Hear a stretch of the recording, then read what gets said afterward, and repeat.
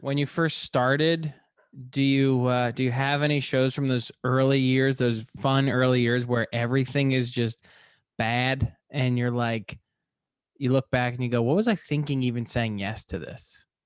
You know what's interesting? I feel really fortunate that I had a really good like perspective going in. So I started when I was 16. So Mhm. like already like a lot of my friends that started in their late 20s and early 30s were kind of like trying to catch up. And I kind of was like in this place where I was like, we'll see what happens. And I don't even have to have a job yet. Like I was just kind of like whatever about it. And then I also read, this is like before podcast. So I read so many books that were like, it's going to take 10 years for you to find your voice. And like, I just felt like I had time. And the first time I did a show, the fact that I got a couple of laughs was big to me. So in the beginning, I definitely got like frustrated. Like, so when I was 16, I was living in New Jersey, and the rule with my family was I could do stand up, but a parental figure, some adult had to come into New York with me. Cause this is, I thought my parents are super strict, but I'm 16, I'm the same size I am now. And this is a year after 9/11. Like it's Oh my 2002. God.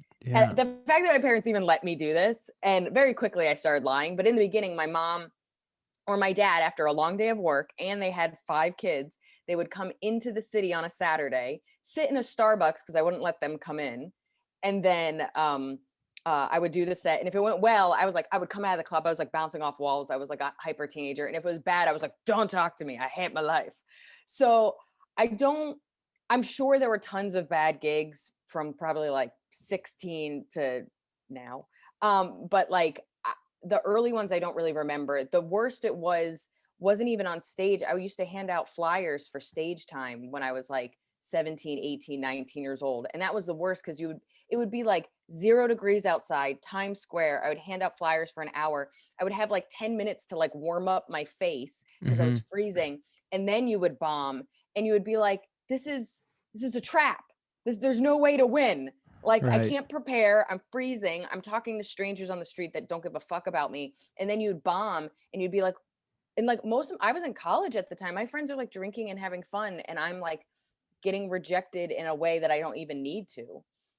Yeah, that's an interesting case where you're in starting at 16, you're only, you know, sort of compass or guide for like how a 16-year-old acts is around you, or your peers. So you're doing something so different than what they're doing. Did you like consciously have to sort of make that decision of like, I'm not going to be hanging out with them as much as I thought? Or was it natural, or did you sort of I have to don't be like, yeah, this is just not me? I don't know what I was thinking. I really don't, because it was the first time I had friends when I was Hmm. 16. I really didn't have a lot of friends. And so it was the first time I had like a group of friends, and I would leave them. Like they would go do, like I was doing drugs and, kind of making out with boys, but like I would go leave these parties to go to the city to bomb and then Yeah. come back. And then I would try to either catch up, or they would be so far along drunk that it wasn't fun. And I would just go home. And I was like, why did I do that? But I was such an unhappy kid. I was so miserable as a teenager. And then I found stand up and I just loved watching it. And then I started writing and doing it, that I was so much happier having this thing to focus on, that it wasn't even a question of should I be doing what my friends are doing? I feel better doing what I'm doing. And even when I did bomb, like I now I think it's like OCD, but I was so like, okay, that didn't go well. Let's figure out how it didn't go well. And I was like, I would be on the train, like making notes and fixing it. I did, uh, crap, whose podcast was it? I think it was, Greg Stone years ago had a podcast called like First Notebook or something like that. And I found it was like a composition notebook, and I brought it, and they would just look at it, which is so scary and embarrassing because I haven't Yeah. looked at this since I was a teenager. And he goes, every piece of space is filled up. He was like, you look like a serial killer or like the Unabomber, like and I was like, oh yeah. I was like, I didn't talk to anybody, and I really wasn't close with anybody. So I just put it all on paper, and then I was constantly editing. And that's still what my notebooks look like. I think that's a good practice to probably get into early. Like when you're in those formative years, it's so easy to build habits that are really bad and they're Yeah. hard to break. So like at least your habit was like over analyzing and editing to the highest degree, because it would have been really easy to been like that bombed and now I'm going to a house They don't party. know. Yeah, They right. don't Yeah. know. Yeah. I'm a prodigy. Like, Yeah. no, this is where this is someone else's observation. I think it was my friend Maria, but like people with low self-esteem are often better artists because they never think it's good enough. As Right. opposed to somebody with a lot of confidence, they'll be like, you don't know, or that went amazing. Like there's this delusion, which maybe in business and certain other areas is what you need to get through it.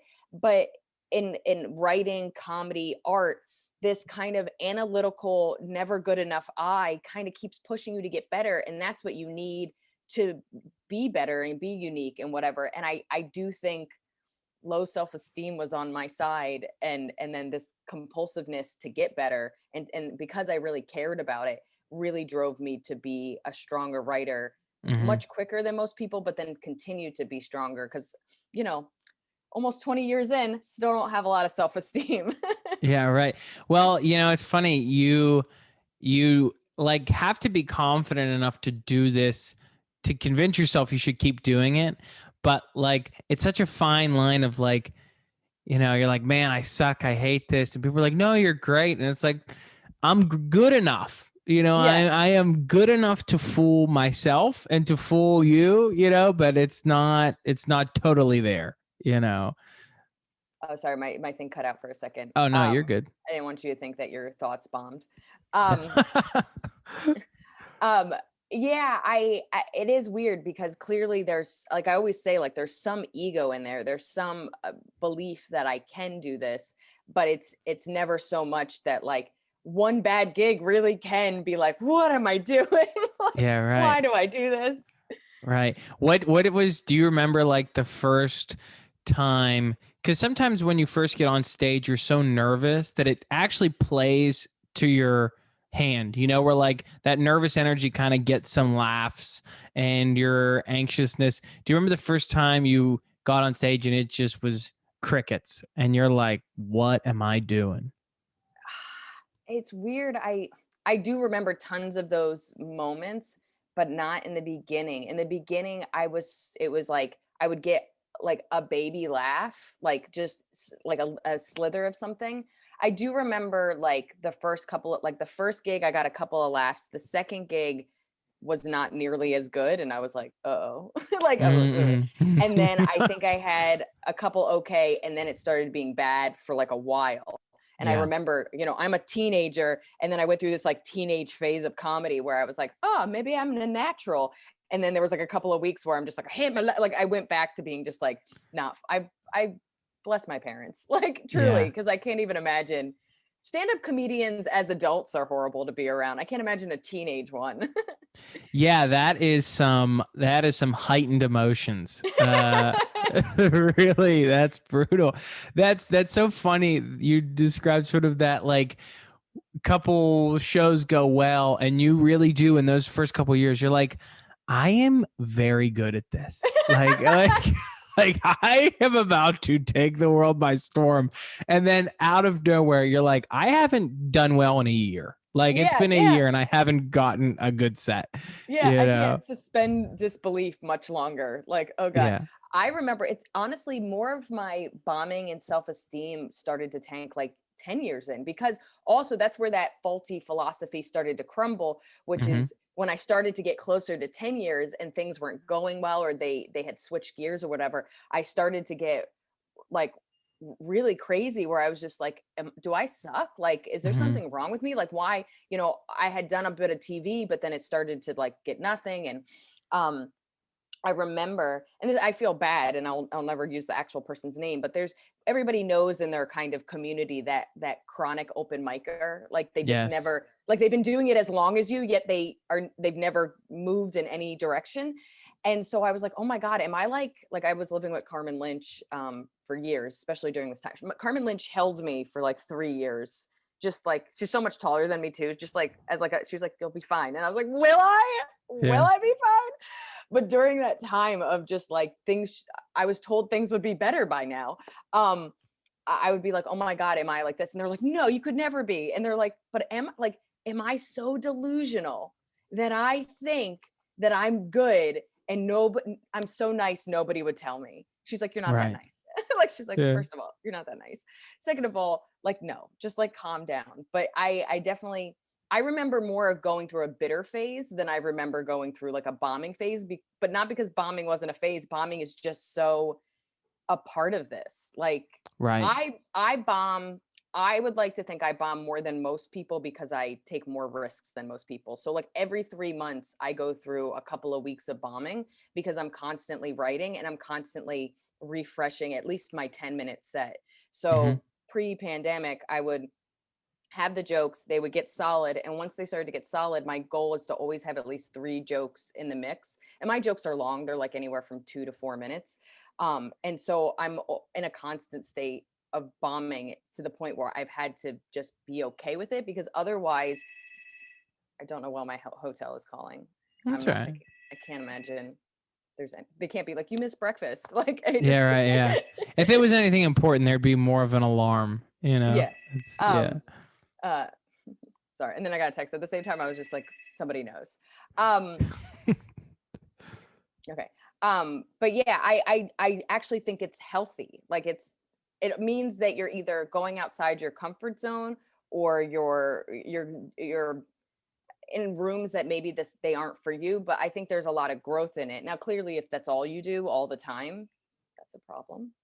Yeah. Um, Right. Yeah. Yeah. That's the thing where it's like you have to sort of look and like, am I bombing and getting better, or am I bombing and nothing is changing? Like, because yeah, you do see sort of, there are those people, those comics where you're like, how has nothing clicked? You yeah, know, like it's been a year and yeah, nothing, you yeah, know, and you start to worry. You make a good point where you start to get like almost paranoid, where you're like, is that me? Like, yeah. am I out of my mind? You know, Yeah. thinking I had this figured out. Yeah. Every 3 to 7 days, that's a thought I have. Yeah. I always am worried that like I'm gonna have like a Shutter Island experience where like someone's gonna pull me aside and be like, none of this was real. Like you never did well. And I'm like, Yeah, you're just like, what? Yeah. Yeah. Yeah. Like I'm always thinking like a nurse is gonna pull me over and be like, you have to get back into bed. And I'm like, I wasn't on stage, you what? know? What Like, is yeah. about to do, person? Yeah, right. Yeah. Yeah, exactly. Do you sort of go through those early years and it's bad, but it's bad in a good way where like you're sort of formed through like the trauma and the you know born into this sort of crazy world. But as you start to get more things, do you remember having sort of that big opportunity or what you thought was a big opportunity at that time, it not going well, and you think, that's it, it's done, but time shows it actually was fine? God, I feel like that encapsulates like my whole career. Like just things that you thought were important. So like I have a really bad memory and I'll just forget jokes like in the middle. Like I'm better now. And Hmm. I also like I get more stage time now and I know how to, if I'm not, I was very like regimented. I wrote it this way, I say it this way, and I say it this way every time. Hmm. And I am still somewhat regimented, but in the beginning, I'm much looser. And then if I mess it up for whatever reason, I'm not as scared. But like, there's so many times that like in front of famous comics, I like messed up a joke and I went, I don't know how that joke, I lost it. Like, like literally, like I was holding a butterfly and then I was like, oh, it's gone. Yeah. And like feeling really dumb. And like, years in, like I remember it was like 7 years in, I was doing a show with a friend, like Monster Bronny became a good friend of mine. And he's, not always in New York. And I just like in the middle of like doing well, just forgot a joke. Like I was like, I don't know how it ends. And everybody's like, that's okay. And in my mind, I was like, stupid, you gotta die, Ma saw it. Like, you know what I mean? Yeah. And then afterwards he was like, great job. And I'm like, is he just being nice? Or like, is he never gonna talk? Like I would have these moments that like I messed something up, either nobody could tell or I messed something up and I was like almost like an honest kid, like I broke a lamp and they're like, we'll get other lamps. Like I was just, but I would take it so personally that I thought like my life was over. But like I I don't know, I've everything bad that can happen has happened. Right. And I think that's what like kind of wisdom or growth is, where it's like I'm not saying it didn't affect things, and there's definitely bookers that won't use me again, and there's people that don't like me and all that stuff. But you start to be like, it's fine. Like it's fine. And also, I've apologized. I've also been shitty or done things wrong, and I've grown up enough to be like, you could also admit it and apologize. Like you don't have to hide every time you see that person. Um, but I don't. It's I know specifics are best. But I think the best advice you really could give to people is it really isn't that bad. Right. Every bomb that I've bombed in front of industry, I've bombed in front of famous comics, I've said the wrong thing in front of people that are important. I've had managers, I've lost managers, I've had agents, I've lost agents. Like, I've done TV tapings that went amazing and nothing happened, and I've done TV tapings that didn't go great and people loved it somehow. Like it's just you start to realize how arbitrary things are. And the nice thing is like I think older comics are getting frustrated because this world is getting so quick. You know what I mean? Mhm. Things that they learned, okay, oh, I'll do Instagram. And now people are like, Instagram's stupid. And you're like, what? I just learned Instagram. Like Yeah. things are so fast that you get lost in it, but also things are so fast that if you didn't figure it out or it didn't go well or people aren't enjoying you on that platform or that TV or show or whatever, it goes away. Like Yeah. everything is just, Yeah, you start to oh, realize that like I'm really the only person that's going to remember this, you know. yes, yes, yes, yes, yes. Which kind of sucks, but cuz I wish I didn't, but yeah, it's I don't know for you. For me, I have like 3 shows that went so bad that like I always sort of think don't get too comfortable because you could have another one of those nights. Do you have any shows where you sort of look back on, you're like, all right, just be careful, you know? Yeah, so I can think of 2 off the top of my head. The first one, it's about 5 years ago. I was touring Europe, and it was my third time in Europe, but it was my first big tour. I was like nonstop. I did like 8 countries in like a month and a half, and it was the last weekend, and it had gone well, and I had Hmm. made good money. Like and it was the reason I kept going back and blah blah blah. So it was the last weekend, and I felt really guilty because my little brother, my baby brother, was turning 21, and I wasn't going to be there, and my whole family was like hanging out with him and drinking. I missed my mom getting drunk. Like I Hmm. missed stuff. So anyway, it was Leeds, UK. I was there for a weekend, and the way it worked is the club doesn't even exist anymore, so that tells you how things don't matter. But it was this chain of clubs called Jongleurs, and I would say it was like about a B room in the UK. And I had done the other weekends; they had gone great, and now I'm in Leeds, do this weekend, and then I go back to the US after touring for a month and a half, and feeling pretty good about myself. Like I booked this whole thing myself, and blah blah blah. First show, it's a packed room, and it turns into a dance club. It's very important you know this. It turns into a dance club after the show is over. So it kind of Oh lets you my know. Think of like God. Jersey Shore, but in Leeds, UK. Okay. Yeah. So it's a packed room, a lot of guys. And I go on stage, and I think my opening joke at the time was about like living in New York. Like I live in New York, and then I go to tell something about being not New Yorkerish, whatever. But it like you don't first of all, everybody knows New York, but it doesn't matter. So I go, I'm from New York, and this guy goes, yay in New York, like, but with English accent, I don't know, whatever. Right. And I was like, I'm aware. Like, I was a little bit like, it didn't bother me at first. I was like, not dumb, like kind of Yeah. aware. And I wouldn't tell people I'm American. You find out immediately when I start talking. And so I go, I'm very aware. I think we all know that. And then I start to go again, and somebody else shouts something out. And I go, okay, well, you gotta let me finish. Like, and being kind of cute about it. And then I go again, and somebody else and next thing you know, they're all shouting stuff at me, and now I'm shouting. I was like, are you fucking kidding? Like, I become so fucking New York. I was like, fuck you, fuck Leeds, you're fucking all morons. I went, and this is the thing, is that like, if you did that in Jersey, they'd be like, she's tough, I like her. You do that in Leeds, they have so much fucking pride. I did the same thing in Manchester like 2 years later, still didn't learn my lesson. They were not happy. But like, it was 15 minutes. I think I had a 20-minute set and they probably let me around 15. It was 15 minutes of me shouting and telling them what pieces of shit they were because you won't even let me talk. And I fucking flew here and you don't fucking deserve me. Like, it was insane. And sometimes when I've had fights, and I've had tons over the years, now I remember my third one. It's, you've turned it around by fighting, never turned it around. It was like just awful. It was so awful. And then I had to do it 4 more shows and it was the same thing almost every night. And what's crazy about it is now talking to other UK comics and becoming friends with them, they're like, "Oh yeah, that's the worst club in the country. It is notoriously bad." I was like, "Why didn't nobody tell me?" Yeah, exactly. Do I not have friends? Like, yeah. Yeah. And I don't drink. So what I do when I'm alone and sad is I went to like a grocery store and I was like, I just had all the junk food. I was like, I would like all this ice cream, please. Like, I Yeah. just bombed in a foreign country. Yeah, I always love to know comics sort of thing after a bad set. And it's like bad food is almost always the answer, you Yeah, know? I want my stomach to feel exactly how my head feels. Like, Yeah, we're right. gonna have a stomach headache. Like, just I Yeah. don't.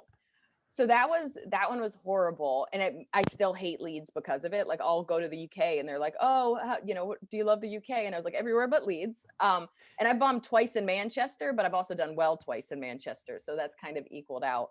Yeah. Um, Crap. So one of my earlier bombs. Here you go. I was featuring for Mark Theobald. He writes for what's that Tracy Morgan show? Last OG or Last something. OG. Yeah. Yeah. He's wonderful, wonderful comic. He was a friend of mine. So he asked me to open for him at a college. Has to be like 10 years ago, by the way. No, over 12 years ago, because now I understand. So, he asked me to open for this college, picks me up. We go to this college in New Jersey. I'm brought on.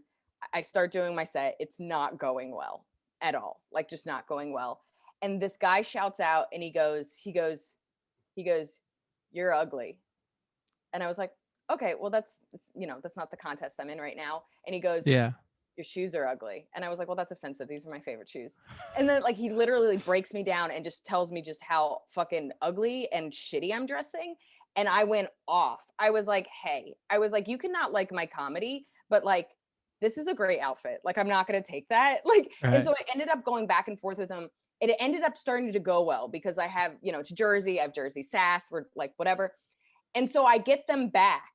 And then I still have another 10 minutes. So I go back into my act and I just start bombing again. And it was the longest 20 minutes of my life. So then, the host takes me off. I see Mark in the hallway. He's like, "It's fine." I was like, "Oh yeah, it doesn't even bother me." And as I'm going down the hallway to the green room, I was like, "Don't cry, don't cry, don't cry, don't cry, don't cry." And then I see some girl and I was like, "Hey, where's the restroom?" And she's like, "Oh, it's right over there." And then I get in the restroom. I just sob, like just hysterically cry for like 10 minutes. And I'm a blotchy, gross crier. So then I'm just like trying to like whatever. And I'm just like trying to calm down. I was like, "You have an hour to calm down." And Right. so then I get in the car with Mark and he's like, "Are you okay?" And I was like, "Oh yeah, it's totally fine. Doesn't even bother me." And then I get home and I call my ex-boyfriend and I end up hooking up with my ex, which I had been so strong. I had been so strong, Colin, so strong. Yeah. And that's how I remember that is like I bombed so hard I got back together with an ex. That is insane. But you hear people were like, I bombed so hard, I got hammered. I went and found a past love, like just to feel some sort of connection. Just somebody that liked me. I just needed Right. someone that liked me. Oh my God. That's how bad it was. It was like one of the worst mistakes I ever made. And I was like, I don't know, like alcohol will not fix this. Yeah. Um, and then I had a bomb that I take full responsibility for. This was 3 years ago, 2 or 3 years ago. It's like pretty recent. No, it has to be three because the pandemic just doesn't feel like a year that happened. So it was in Connecticut, again, like a B room, but it's like a room I do all the time and it's fine. And a lot of bachelorette parties, always bachelor and bachelorette parties, and it's usually a lot of them, like not one per show, like 4. And you're like, they'll be like, it's her bachelor party. I'm like, I don't care. Everybody's getting married in this room. You don't matter. So up front, like right there, is 8 guys. And I'm doing my set, and they're tall, like they're big guys. I'm doing my set and this guy shouts something out. And or no, they're coming in late. That's what happens. They come in late and they're kind of making some sounds. And I was like, all right, guys. And this is like 10, like not even 5-10 minutes in. And they're like, my buddy's getting married. And I was like, no one cares. Like, it doesn't matter. And they're just being so loud and disruptive that I stop what I'm doing. And I'm like, oh, when are you getting married? Blah, blah, blah. And I was like, oh, that's great. And I'm kind of friendly. So then I start going back into my act. Like, I give them like 2 minutes. I start going back into my act and they start shouting out again. And I go, hey man, like, I get that this is about you, but it isn't at the same time. I was like, you gotta be quiet. And then he goes, well, you're not funny. And I was like, well, you didn't really give me a chance, did you? You came in late. You started talking immediately. I haven't been able to finish a joke. So am I not funny, or are you just super disruptive and you haven't given me a chance? And he's like, oh, no. I'll go, how about this? I'll give you 5 minutes on the clock. I'm going to look, we're going to do a timer, 5 minutes on the clock. Let me do 5 minutes. And then we all assess from there. How's that sound? And they're like, okay. 2 minutes in, he goes, fuck this. It's not funny. I'm like, fuck you. Fuck you. You won't even give me a fucking chance. Fuck you and your future wife. I feel like she makes bad decisions. And I went off. I was like, either she makes bad decisions or she doesn't even know what a fucking cocksucker you are. Going off. And I went too far because they're all standing up. This guy stands up and I see in his eyes that I hurt his feelings. I can see it. Like, he stops talking and I can see that he's hurt. And he leaves, and then of course all his guys leave, and one guy goes, sorry, but like for the most part everybody was on his side, and at that point they were not wrong, and I had a chance to apologize. I'm very attuned with people, and I saw that I fucked up and I went too far, and I could have been like, hey man, that wasn't okay, and I didn't. Like, I was like all like just riled up and crazy, and the room, keep in mind this is all in like the first 15-20 minutes of an hour set. And the room is weird, and I made it weird. And I just hurt somebody on like their second to favorite day of their life. And I had to be like, that's on me. I apologize. I was like, I apologized to the room, but it was like already too late. And they were like, no, you handled it. And I was like, actually, I've been doing this long enough to know that I fucked up. And so it went fine or whatever. And I think about that guy a lot. Like, I know I fucked up. Yeah, it's such a strange thing though, where like, that you took it too far, but we live in such a powder keg where we're always sort of on edge of like, is this going to be the night that I snap? Is it like, are we going to have a moment that I'm going to have to explain later, Yeah. And sometimes you just see red, Yeah. like I've certainly, maybe you've had this where before your set, you're looking at the crowd and you're like, I'm going to fight them. Like, I don't even know what it is. I don't like them. And you go up and you're just super aggressive and you're like, what did I do? Yeah. I just started yelling. I made fun of this guy's shirt. He said nothing, Yeah, he did nothing to hurt me.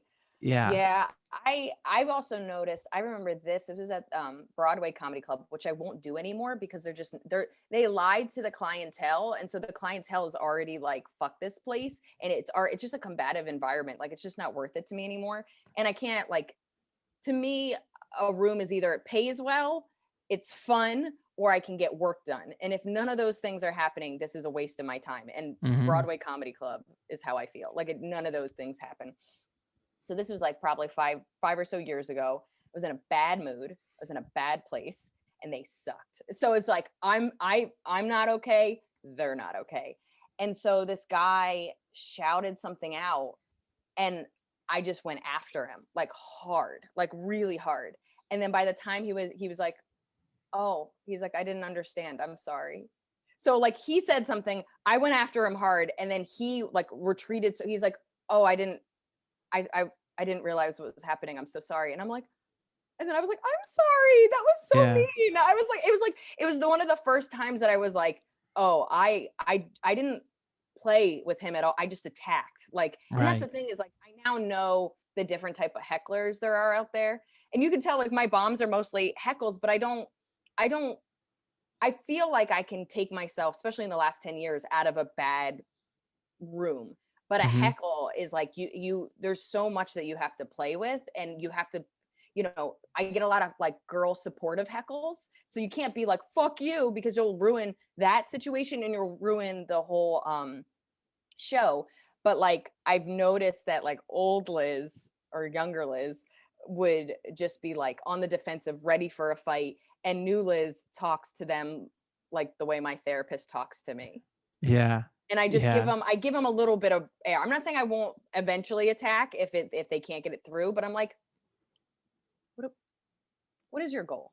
What is your goal with this? Yeah, You know what I mean? right. You Yeah. got a babysitter, you drove here, you paid for parking, you paid for tickets, you're out with your wife.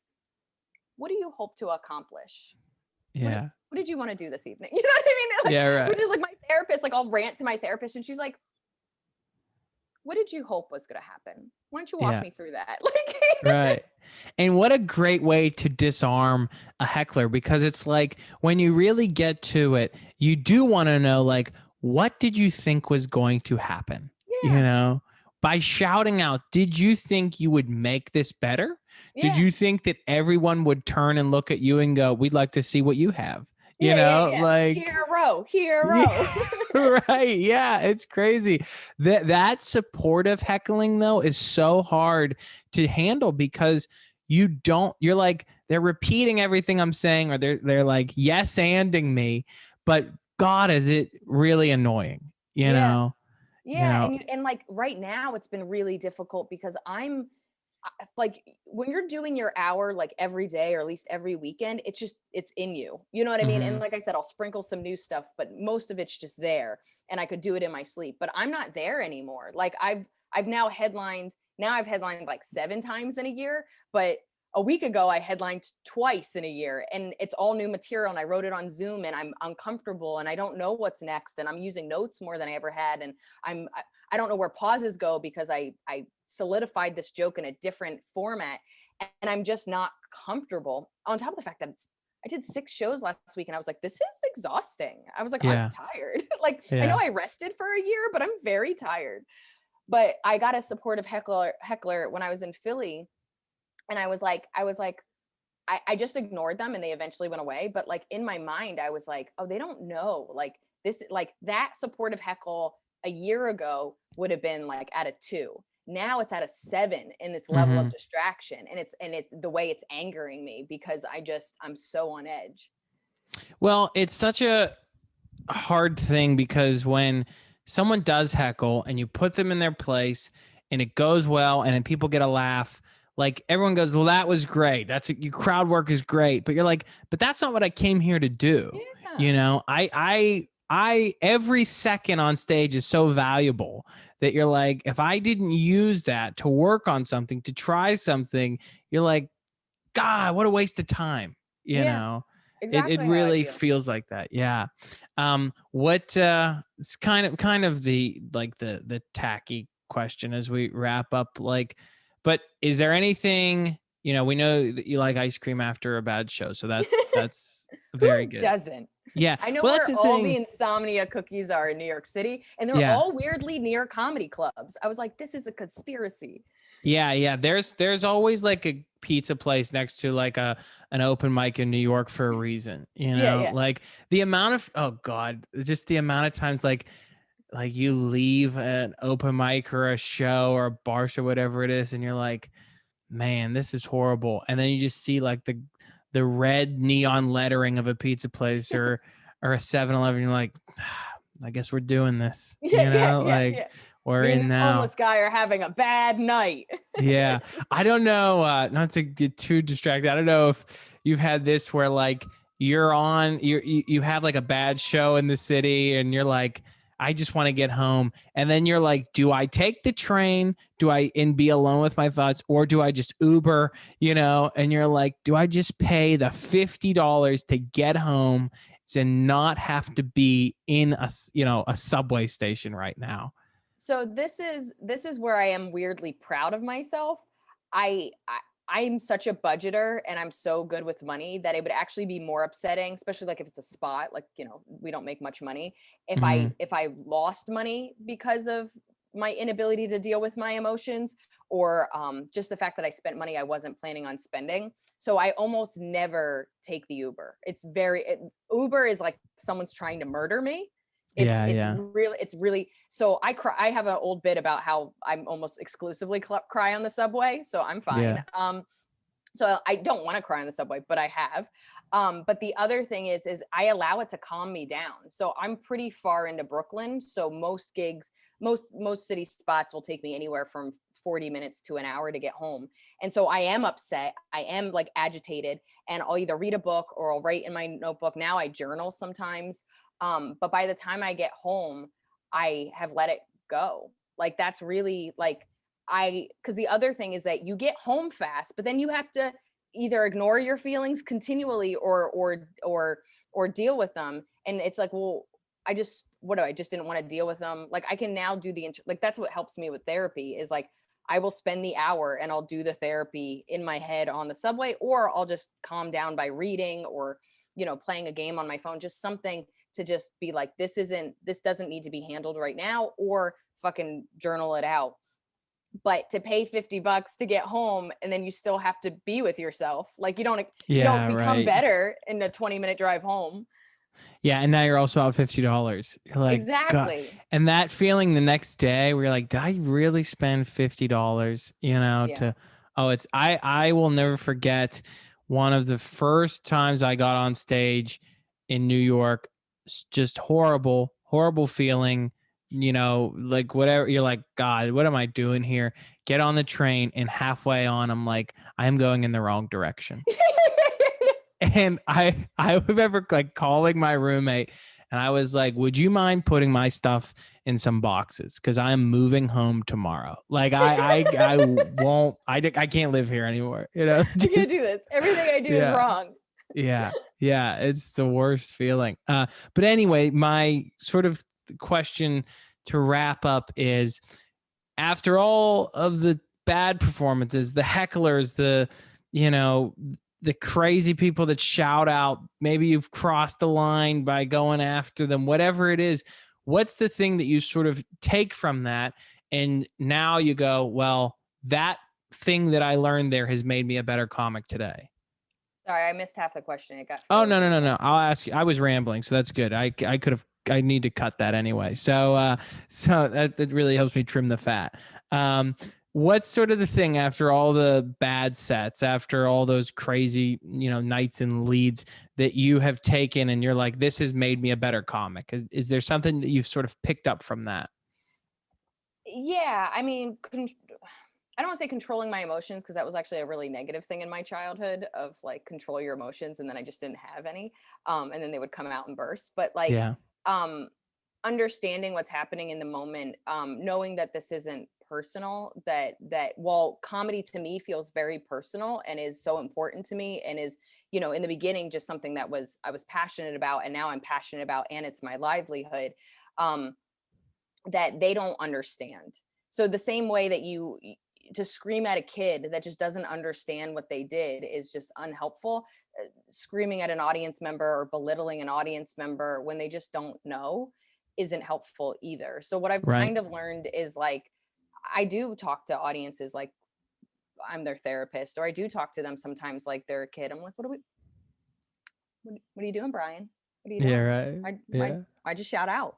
Yeah. You're hungry? Like I think in some ways, like I've really kind of been like, well, how would I reprimand my niece or nephew the same way that I would reprimand Brian in the audience? Like, and so I've just kind of learned to calm, that people don't understand how important this is to me. And that's actually a good life lesson in general, where like you think people understand everything's at the same level. Like this guy broke up with me and people are like, all right, you'll find somebody else. You're like, no, we were going to spend our lives together. This was Right. the plan. And you're like, people just don't know where you are in your life. So people don't understand how hard I've worked to headline some of these clubs, to be in this space, how tired I am.